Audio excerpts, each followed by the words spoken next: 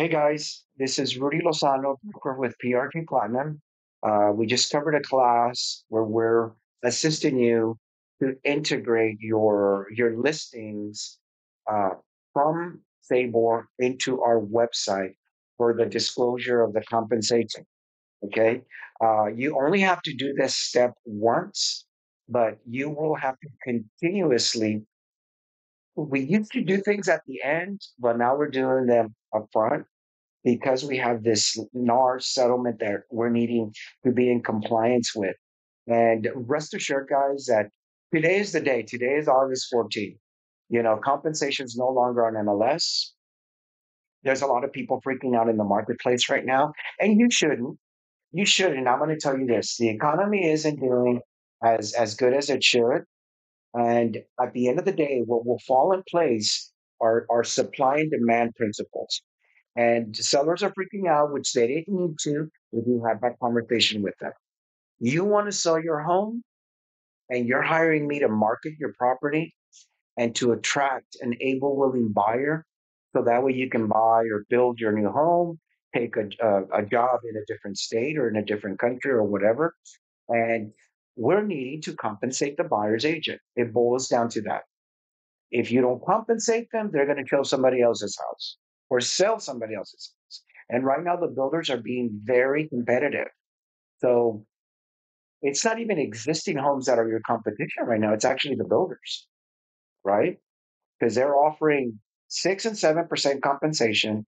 They're offering crazy money for concessions and buy downs and all of that. And guaranteeing rates. I've seen rates as low as 2.9, 3.9, and 4.9 here recently.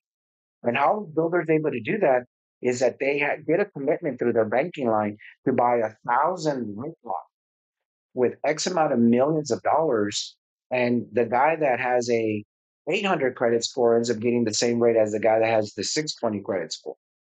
But they benefit from it because they bought the rates in bulk. I mean, it all washes out at the end of the day. So once again, they're doing price reductions, they're paying excessive concessions, and they're paying crazy compensation. So if your seller, when you're taking on a listing, doesn't get the fact that if they don't pay compensation to a buyer, every day that house doesn't sell, tell them that you're going to call them and congratulate them. Congratulations, Mr. Seller. You've just bought your house back. You get to stay here one more day. That's not what you want to do, right? I mean, and I'm being funny here and everything, but every day that the house doesn't sell, your price is being rejected by the marketplace. Every day you don't have a contract is one more day, and because there's daily interest, there's taxes are calculated daily or prorated daily, as well as your insurance costs, as well as your HOA. There's a daily cost for the seller to retain their home. And they're going to realize by not paying 3% or 6,000, 6,000 or 9,000 or $15,000 or 3% in concession to your client will end up costing them more in the long run. So once again, don't be worried.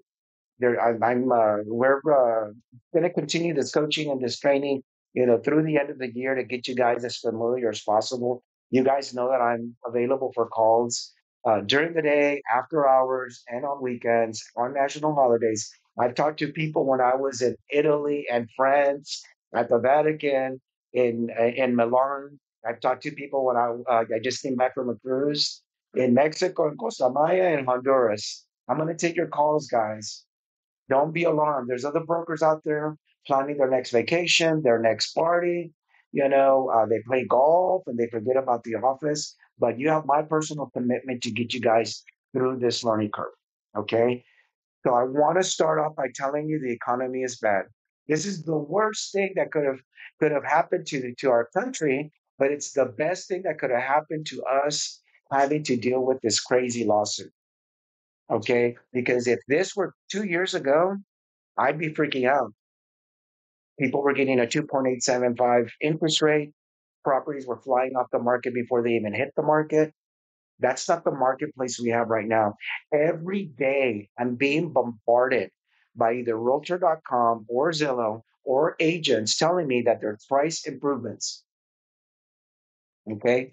Nothing is indicative that this marketplace is not good, even though rates have started to transition downward. Okay, uh, as price reductions.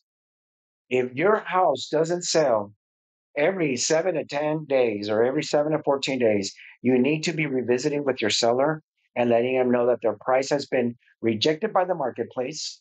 And you need to do three things if you're on the listing side: reduce the price, pay concessions and closing costs, and number three, pay an agent their full commission.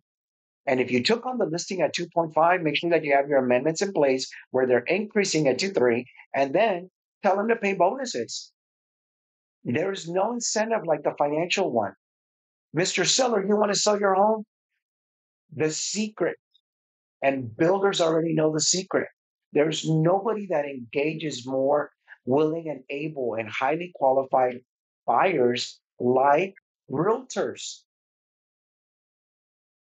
Mr. Seller, if you do not pay compensation, you're eliminating 80 to 85% of the potential buyers in the marketplace.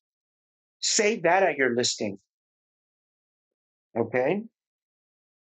80 to 85% of the people will eliminate that home because most people have their down payment. They might have some of their closing costs, but trust me, guys, most people, regardless of price point, will not want to be exposed to a property if they're going to be responsible for the compensation. You might get that one or two property, that point zero 0.01, that's on the corner, that's the cream puff, that has a pool, you know, that has that larger yard. But most properties, people will always apply the law of substitution. Why would I pay that when I could get this? And that's what they're doing right now. Why am I going to buy a 10, 20, 30, 50-year old home when I can go buy a brand new one? And guess what agents are doing today, guys? Because I took calls just on the way here from different agents at different offices where either the broker was not available or they're being told by title reps, even, or other people that they're talking to that are in real estate or other agents, where they think that they're not going to get paid into the future. They're freaking out. Well, I'll be brutally honest with you. Let me double back. We do want some people to leave. We do. Don't we want that HGTV realtor that thought that they were going to make $1 million in 30 minutes as long as that show is on? That, I mean, it was going to be a smooth process and they were going to make all of this crazy money and become millionaires in a matter of minutes of day or hours or weeks, that, but they didn't.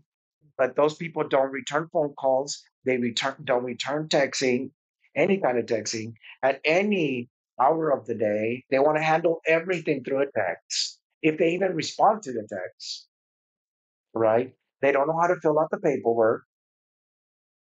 You're having to do their job. They completely disappear on you and you're needing to meet vital timelines. Man, if you don't communicate, and I don't care what industry it is, and you don't pick up the phone, and you don't respond to your texting or to your email, you need to go do something else. Okay. This is a perfect opportunity for people to go, dad, mom, husband, spouse. It didn't work out. The market's changing. I'm going to go back to my old job. There's a lot of people that need to do that. And those are the people that don't take this business seriously. It's a blessing to be in this business, but it's also a huge responsibility. You can make a lot of money. Okay. So once again, know what your value proposition is. And in this office, we have a lot of experienced agents. I rarely take a phone call where you guys aren't being responsive. And I'm proud of that because when you call me, I respond to you. And I in with full consideration, I would expect that you guys are responding to your buyers and your sellers as well. So don't freak out. Everything's gonna be okay. You know, People will continue to buy and sell property, but just negotiate from a position of strength. Okay. The supply and demand principles will take place. If the seller does not pay compensation, their house will not be exposed, and therefore somebody's not going to bring them an able, willing buyer. I don't care how pretty the house is, how luxurious it is, and all of that jazz. Okay. So let's talk about the short form. The short form buyer's representation agreement should be used when you just met somebody at an open house, at a coffee shop, at a party.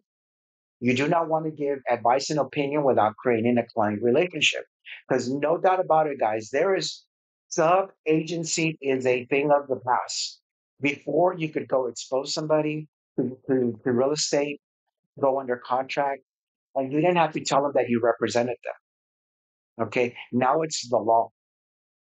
You represent either the seller through an exclusive right to list, or you must represent the buyer through a buyer's agency form, letting them know that they are not a prospect, they are not a consumer, they are a client. Your fiduciary duties belong to the buyer. However, we have a short form and a long form. So if you just met them, you're not sure if you even want to work with them. But the way, don't get into the idiosyncrasies. Don't make this too complicated, guys. Thank you for coming to my open house. Unfortunately, you didn't like this house, but guess what? There's three other houses that are in this community, and I would be more than willing to show them to you. I let out in the next 15 minutes. Hey, but before we start our journey this afternoon, is I'm going to need for you to sign my information about brokerage services, which is the form required by the Texas Real Estate Commission, letting you know the different roles. Do I represent the buyer, the seller? Is this intermediary? I have to disclose that form because it's all about disclosure. Okay. And then number two, I need to disclose the fact that I'm taking you as a client short term. I'm going to show you these three houses. Okay. And because I can't show these houses otherwise, the Texas Real Estate Commission, due to this crazy lawsuit that impacted all realtors nationwide, you know, it just states that now the seller has an option whether to pay me or not. But just know that, we're barely starting our journey. Well, you know, see what happens. Yep. But just know that I'm going to try to collect my compensation from the seller. If not the seller, the builder. If not, I'm a master negotiator and I can ask for concessions to make up the difference of the compensation. Worst case scenario, you might be responsible for something. Okay. Are you good with that? I mean, sure, perfect. Sign here. Boom, go. Don't get Don't make it too complicated. I wouldn't go a line item by line item. Hey, this is you. We're in Comal County or Guadalupe County. It's from today through next Friday. I'm giving you full services because I don't give limited services. So do not check. So showing services is what I recommend. Because when you meet somebody or a prospect and you tell them that your time is worth $150 for three homes, when you double back, they're going to have a cow. So don't do it. Always offer full services and always disclose the percentage rather than a dollar figure. Um, and then my compensation up to 3% or up to 4% or whatever you charge. Because compensation, guys, has always been negotiable. I've been doing this for 24 years. I have known and have seen and have done things because your business is on a case by case basis. I have dealt with people from Mexico and from Australia and from Colombia and from Panama that if you're coming in from out of town, I've always charged a retainer fee. I'm not clearing my schedule. I don't know if you're going to buy. I'm not some glorified tour guide. I collect a retainer fee if you're from out of town for me to clear my schedule. Because if you end up not buying anything, I get to keep my retainer fee of 1,500 or 2,500. But with the condition that if you do buy something, I give you a credit for it at closing. So if your full intent is to buy something, there's no problem here, right? Because you're not flying in from Mexico and not have the intention to buy. Because I mean, your plane tickets cost more than my retainer fee. But my retainer fees, you know, reimbursable. You'll get a credit for it at closing. But if you decide not to buy anything, I get to keep this as liquidated damages. Okay. So once again, your broker compensation needs to be mentioned in a percentage. And then, of course, you always want to let them know is that you really want to do intermediary because this house that we're at, guys, at this open house happens to be some other agent in my office. So there's over 200 agents in our office. We have over 200 listings in our office. And you would be the first one to know about any other listing that might pop up in this community, giving you, therefore, the competitive advantage. So you want to be exposed to our inventory. Please sign and let's go. Let's roll. I've already made the appointments. A week goes by, you're still looking, and then you realize you know one another, you like one another. I would go from, hey, let's roll. Hook, hook the client. Hook the client. Don't make it too complicated. They don't, honestly, guys, when people are looking for a house, they don't care. They want the help. They want the information. They want the knowledge. And if they like you, they're going to stick with you. So then what you want to do is transition from the short form into the long form because then it has more protections for you and more protections for them. Okay.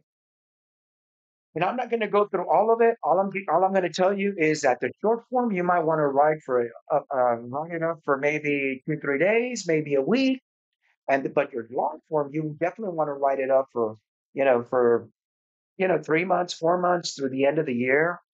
It's up to you. And what area do you service? I mean, if there's people that start in New Braunfels and end up in Bernie, and then sometimes they end up in Castroville. So make sure you know your counties, Bear and surrounding counties, or you can mention them specifically. Okay, and definitely through the end of the year. The most important part of the long term broker compensation. Number seven, I have 3% in the uh, on here because that's the typical.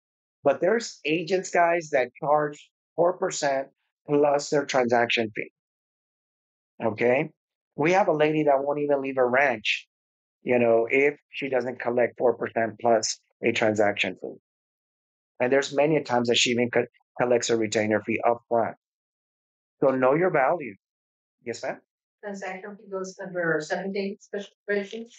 No, I put the transaction fee. I mean, you could do up to, I mean, I have 3%, but like for her, I would definitely recommend, up to four. You could do space bar. Okay. And then do 4% plus $500 transaction fee or $1,500, whatever you charge. Hit the space bar. It allows you to type in. Uh, I had in mind under special. You can too. Okay.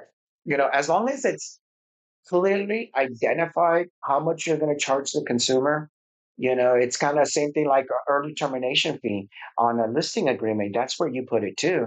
Hey, if the seller, for whatever the reason, decides to terminate early, there's a $1,500 early termination fee. Same thing with a transaction fee on the buyer's, because you're an out of town client, or you charge a retainer fee because it's farm and ranch or it's commercial or whatever. They're asking you for a needle in a haystack, you know. But yes, you can put up to 3% plus $1,500, and then if you end up charging a retainer fee, you let them put it in special provisions. Okay, and then I would advise you guys on section 7E on new construction is that and there's a builder that's on Zoom with us today. Okay, is that and I've been involved, guys, where we started in the existing market, we went into the new home market, and then we went and looked at land, and then we installed the septic, and then we installed the well, and then the roads went in, and then the power went in, and then they went through five different builders, and then they finally got their construction loan, and then they fired three different general contractors. It took us 2 years to build that house. So on new construction, you don't know if you're going to do a spec home and close it in 30 days, or you don't know if you're going to be stuck with them developing land, going through custom home builders and going through all of this jazz, and it take you 2 years of your life to earn your compensation. So I would put up to 7 or 8% compensation. And remember, guys, the maximum allowable compensation on a um, transaction, when somebody's closing FHA, VA, USDA, A paper conventional, is up to 8%. So when you're taking on your listing, take on your listing at 6, 7, or 8%, limited services at 6, you're doing the drone at 7, and then you're doing the staging at 8, right? Well, same thing on new construction, 6, 7, or 8%. HUD allows you up to 8% on a trade transaction. So if HUD allows 8% on a transaction, because they know how much work it takes. You don't know if your journey is going to be 30 days or 2 years. So if you put to 8%, guys, you won't need to do the amendment. But if you put on this on your buyer's rep agreement 3%, and the builder is offering 7% compensation, and we know who that builder is, right? We love them. The number one builder of America, D.R. Horton. There is an amendment to the buyer's representation agreement that you would need to fill out. So when you guys go to the new home builder, they're very discreet. They're very grateful because if you don't bring them buyers, they don't get to keep their job. They have quotas there. So they're very good about strategically just passing that buyer's compensation form or the commission disbursement at with the salesperson. Or now they're these days now they're even docu signing it over to you. But they feel that it's not the buyer's business that the builder's compensating you 7%. So they're very discreet about it.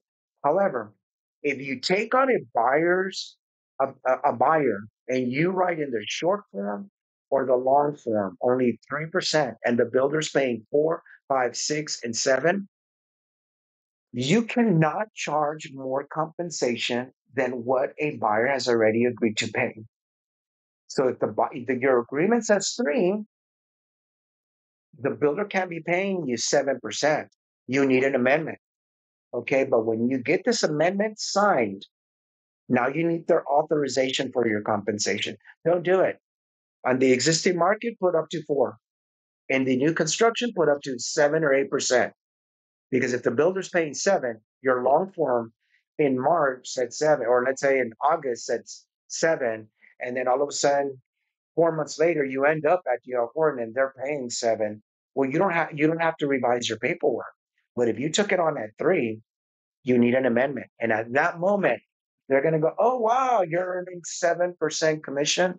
Hey, I'm needing some furniture. Do not allow your compensation to become a topic of conversation or a topic of renegotiation. Because at the beginning, they love you. At the very end, you might be like frustrated with them. They might be frustrated with you, and everything's a problem at that moment. You know, and it might be one of those people that you're like on the verge of firing even. Okay. So don't do it to yourself. Negotiate from a position of strength. Know what your value proposition is. And remember, it's up to 7%. If the builder offers 4, you can tell your client, well, I mean, once again, if I take 30 to 60 days, I might only end up charging you 3 or 4% if that's all the builder's charging. But if they're paying more, I have the right to be paid more because that doesn't impact you. That's the builder compensating me for the delivery of a highly qualified candidate, which is you. And it's my job to know the inventory, to hear what your needs are and to place your needs with a home, with a community, with a builder. Okay. So once again, by that time, I will have earned my full compensation. Um, Protection period, always do at least 30 to 60 days. Always have a protection period. Um,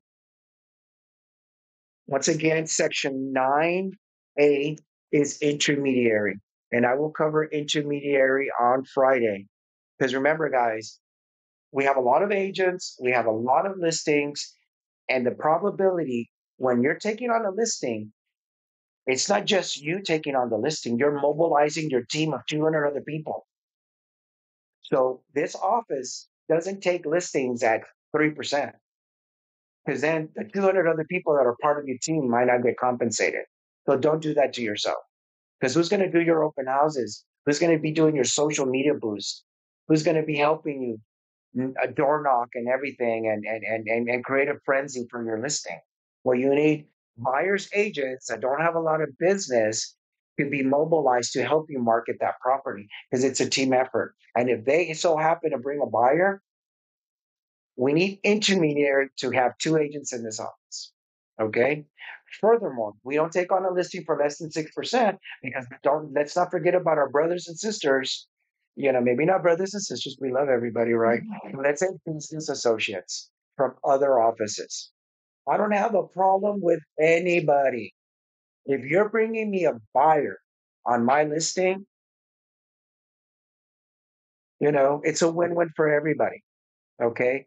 So once again, don't be that grumpy listing agent, and conversely, be that wonderful buyer's agent that turns in a very complete contract with everything signed and executed with a pre-approval letter, you know, with good high quality work. So that way you give yourself the competitive advantage because you come across as being nice, kind, gentle, respectful, professional, and quality matters, guys. Okay. All sorts of addenda that I would recommend that you cover with your buyer. All of this stuff is part of our checklist, our compliance checklist. You always want to over disclose, guys, because one of the things that this NAR settlement is going to do is that it is going to bring out lawsuits out of the woodworks. This isn't over yet, guys. It isn't. So cover your assets. Disclose, disclose, disclose. These are different forms that you should be covering as part of your buyer's orientation. I don't recommend that you do it at a coffee shop. I don't recommend that you do it somewhere noisy where there's children running around, where there's other people talking. You need to be focused and engaged and create a professional working environment. I recommend you do your buyer's orientation in office behind closed doors, cover all of these forms. By the time that they leave, they'll realize, oh, wow, I want to work with her because she's knowledgeable. She knows what she's doing. She, because once again, guys, we are fiduciaries. We are responsible for other people's interests, their money, real estate. This is the biggest asset that most people will ever own. They don't want to work with that HGTV realtor that doesn't return phone calls and emails. They want to work with a professional. So make sure you know these forms like the back of your hand. So if anybody tries to question your integrity, your professionalism, you're covered. Okay, because many of those forms take people from beginning to end. Um, so I covered the long form. Okay, short form for a quick preview, but always disclose a percentage. Transition into the long form. More protections for your client, more protections for you, and then up to 4 and 5% compensation, maybe even eight right off the bat. Or if you're going to the existing market, hey, the new home market's a total different beast.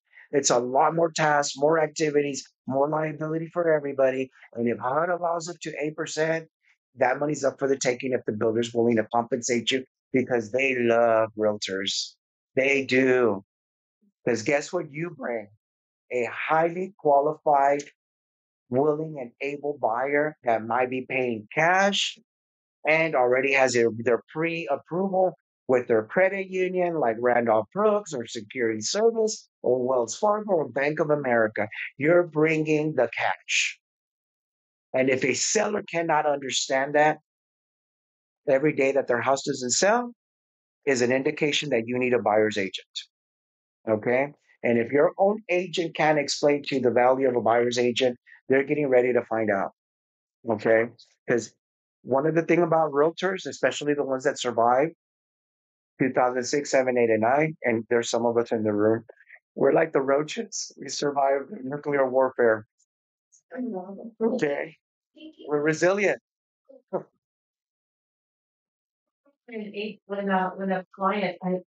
buyer says, well, I just saw an agent on Saturday. This guy's looking around. I just saw an agent on Saturday. He didn't tell me I needed to sign anything. When Okay. I mean, that's going to happen a lot. Well, what it is that you know that people are barely trying to get in compliance today, right? They just took that class on Friday. You know how many times I've given this class already? And it gets better every time, right? I love it. Well, what ends up happening is that that's the difference between PRG, platinum agents, and the rest of the community. I don't know what they're doing out of their offices, guys. I hope and pray that brokers are stepping up to the plate because once again, every time I see each and every one of you, you know, I know that each one of you brings your corporate life experience, or you've been a parent. Because once again, guys, no doubt about it, it requires an army to raise a child. Well, guess what? It requires an army to close a real estate transaction. Let's talk about that. The two realtors, their assistants, transaction coordinator, all of their staff. Guess here alone, there's four other people. You're already up to 10 people. The home inspector, the termite inspector if it's a VA loan, the surveyor, the structure engineer, the insurance agent, the title people, the lender, the underwriter, the closer, the funder. It's an army, guys. And if a seller, there's a lot of sellers I have heard many stories where some sellers know and they're not going to want to pay. And I say, okay, that's fine.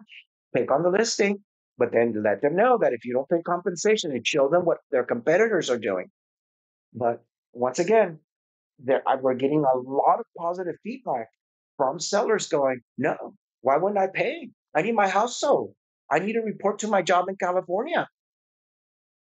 I'm going to make $100,000 more, and I'm not going to pay 15,000 or $30,000 to sell my house. I'm going to lose my job and my job opportunity and my livelihood. For people that are reasonable, guys, because once again, there's a term out there right now, and it's called a Karen. We all know who a Karen is or what a Karen is. It's that person at the Neiman Marcus counter. I'm not even going to use Walmart.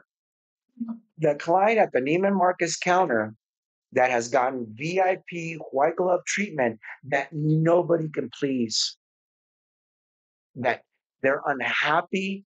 It's a sunny, beautiful day with a breeze. Somebody's bringing them a margarita and they're still complaining. Well, we're going to have those sellers, okay? But at that point, you guys are going to have to make a business decision, whether it's a buyer or a seller. Mr. Buyer, you know, I conduct business on a client level. And in the 2, 3 days I've been dealing with you, I don't think that I'm the agent for you. Okay, go away. I love my life. I'm not a grumpy person, and you know, I mean, there's just so many prayers I can say daily for you. I'm not. That's not something your mess I can't fix in one day, right? There's everybody has fired somebody. Not all business is good business, whether you're on the listing side or you're on the buying side.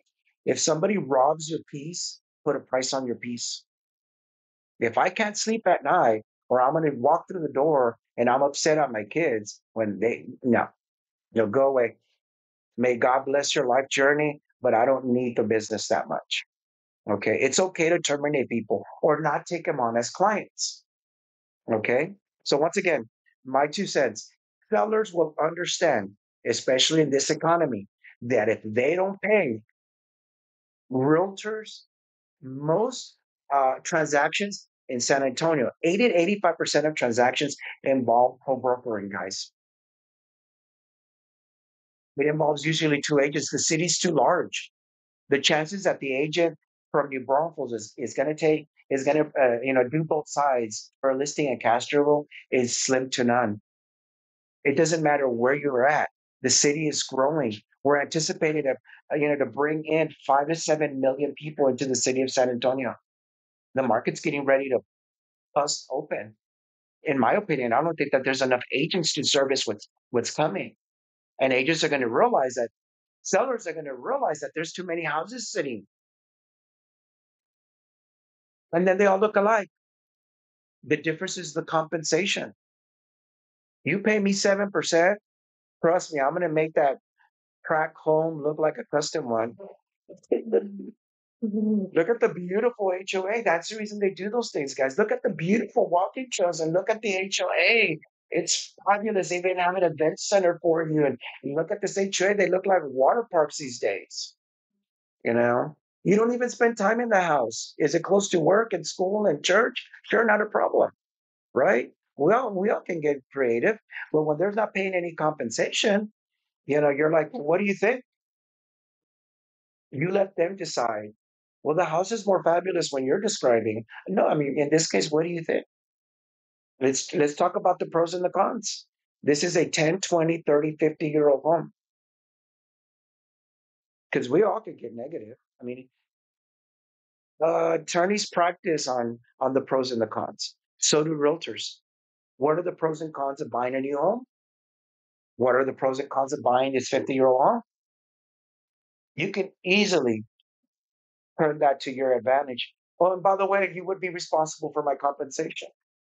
To add insult to injury. There might be issues with the roof, the foundation, the electrical, the plumbing, who knows what. And then on top of it, you know, the rate's going to be higher. And then, you will have to pay my compensation.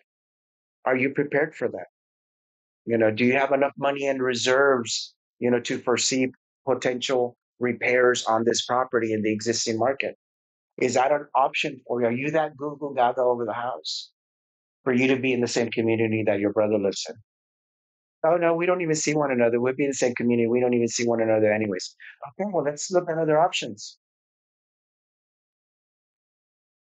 Realtors are resilient. Realtors are smart. They're intelligent. They're entrepreneurs. And if I like something, guys, is that I love the underdog. And right now we're being put in that position. And let me tell you, if you have the knowledge, the education, the experience, and the resilience, the broker support, and you've been doing this for a while, I can guarantee you guys that the probability that everybody in this room and that's who's part of PRG, you know, has a higher probability of surviving than if you were somewhere else. Okay. Because I problem solve with you guys all the time, whether you're on the listing side or the buyer side. I'm always pointing out highest and best use of your time, money, and resources, whether it's for you or your client. Why would you take this offer when you could take this offer? Why would you buy this when you could do this? I don't make any decisions for you. I just point out the obvious. And then all of a sudden you decide for it, take it back to your client, and you make the best possible decisions that you can, upholding your fiduciary duties, determining highest and best use always to ensure that you guys advise on the best possible decision, whether you're on the buying side or the selling side. But once again, guys, if you weren't good salespeople and you weren't good negotiators, the people that will survive are the people that can point out the obvious. You're consulting and it's fun. Fun. Wake up every day and say, I get to do this. I get to help people transition from an apartment to this little casita that's a 2 bedroom, 1 bath, or a 3 bedroom, 2 bath, first time home buyer. Guys, yesterday I closed an 86-year-old lady and she still plays ping pong. I mean, she was still walking with a walker and stuff. Her attitude on life was wow, amazing. A huge blessing that I ran into her, you know. And then she even had a positive attitude that, okay, well, I'm selling my 3,500 square foot home that she lived in for 30 years, and all of a sudden she transitioned to assisted living, and it just so happens that the neighbor's mother-in-law got transitioned at the same uh, facility and everything, and now they're friends and everything and all of that other stuff. But he walks with a kick, she smiles, she's grateful. I mean, it an epitome of life is what you make of it. You're either that grumpy guy or you're, that happy person. Whether you're in high school, in college, through your life journey, and even in the nursing home.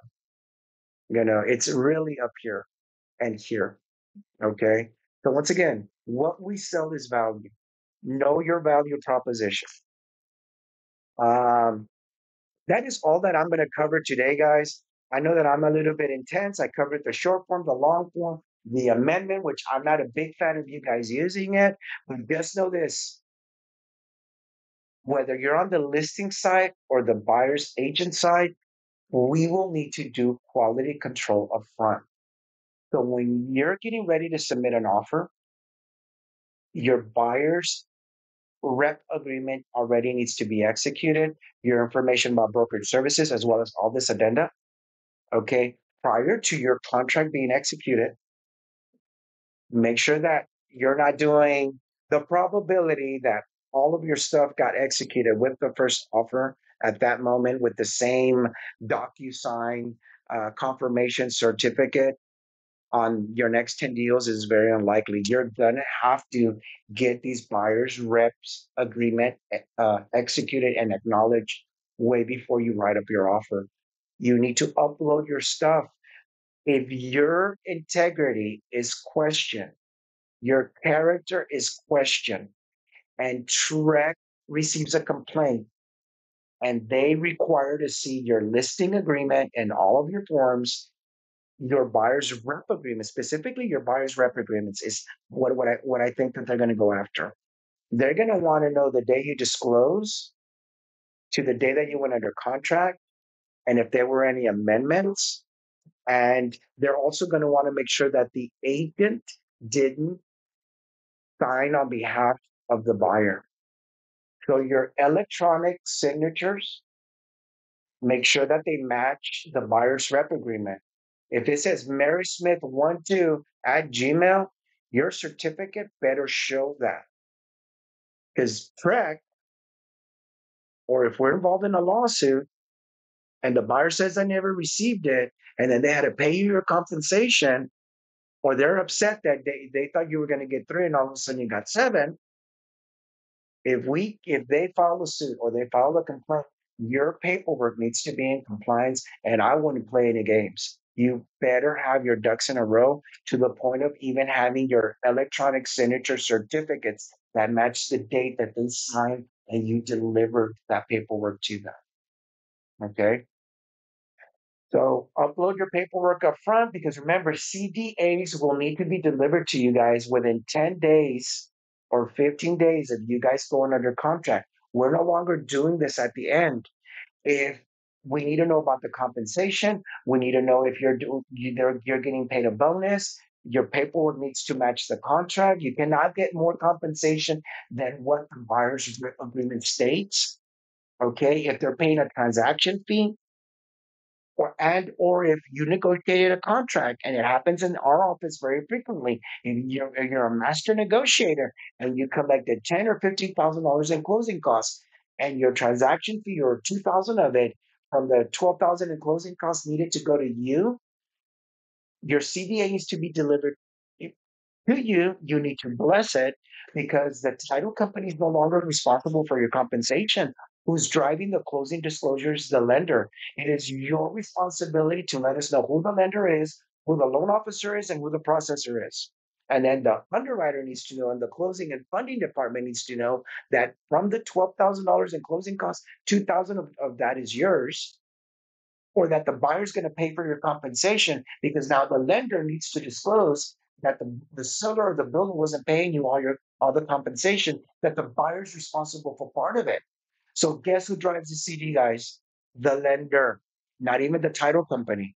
Because one thing's for sure, guys, we're trying to do all of this to help you uh, to to help you be in compliance.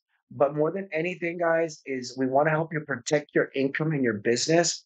But we cannot take responsibility for any compensation where there's a breakdown in communication because the paperwork is not in place, or because you did not communicate to the loan officer that you did such a great job collecting closing costs that some of those closing costs were for your compensation. You're not going to be able to go, well, Mr. So and so, Mr. So and so is responsible. We're not responsible. It is the agent's fiduciary duty to not only protect and uphold um, your fiduciary duties to your client, but to yourself. You're a business within a business. And the accounting piece and the income piece and the revenue piece is your responsibility. We're here as part of your team and we're going to help you, but we will not take responsibility for you not knowing how to fill out your paperwork, that it collides with the final contract, and that you're going to leave money on the table. So help us help you by doing your paperwork correctly, as well as making sure that if there's anything quirky where the buyer's going to pay your compensation, or it's going to be split, or it's part of it's going to come from concessions, that we know about it, that Clint knows about it, that you bless that CDA and you deliver it to the people that need to see it. And you have that conversation with that lender. Mr. Lender, make sure you disclose, because if the buyer was going to yank out 20,000, now he needs to yank out 30, because 10,000 of it he owes to me or to my brokerage. Okay. So that's pretty much it, guys. Anything that we can do, we're here to help. Clint will be doing that MLS broker IDX integration class tomorrow. I will be at the real estate school doing a presentation. So tomorrow it'll be just 30 minutes. But on Friday, I will be doing intermediary. But once again, that's only a 15-minute class as well. Want to close up by wishing you guys luck. Take a deep breath. Remember, we're here by text, by email, in person. We can jump on a Zoom. You're not alone. You have my personal commitment to help you guys. Okay. So we'll talk to you guys soon.